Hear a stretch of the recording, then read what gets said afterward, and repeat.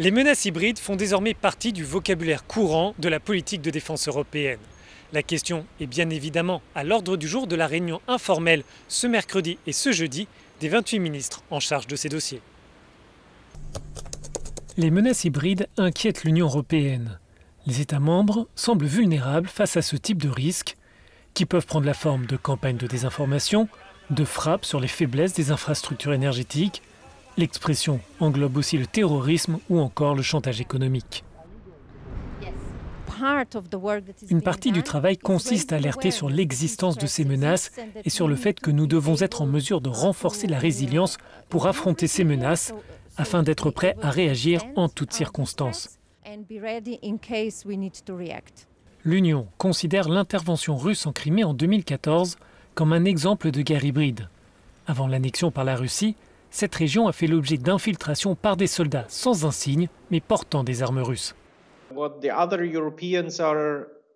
Ce qui inquiète les Européens, ce n'est pas une réplique exacte des opérations en Crimée, mais le recours à d'autres méthodes. Par exemple, en Finlande, des entreprises privées achetaient des propriétés et les services de renseignement ont découvert que ces sociétés étaient liées au Kremlin. Comment l'Union européenne doit considérer cette menace? Il y a un marché unique, il y a l'espace Schengen, donc les permis donnés aux entreprises sont valables dans plusieurs pays. Autrement dit, ces entreprises, ces entités, ces institutions financières, tout ce qui est mis en place est légitime pour agir à travers l'ensemble de l'Union.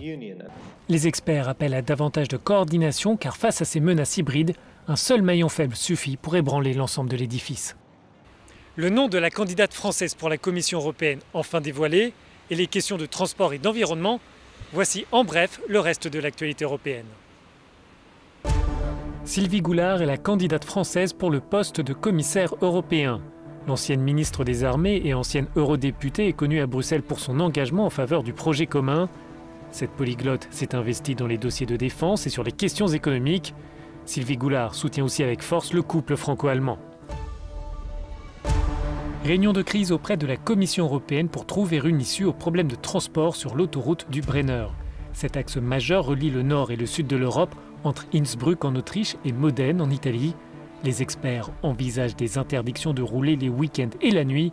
Ces suspensions pourraient aussi concerner les véhicules les plus polluants.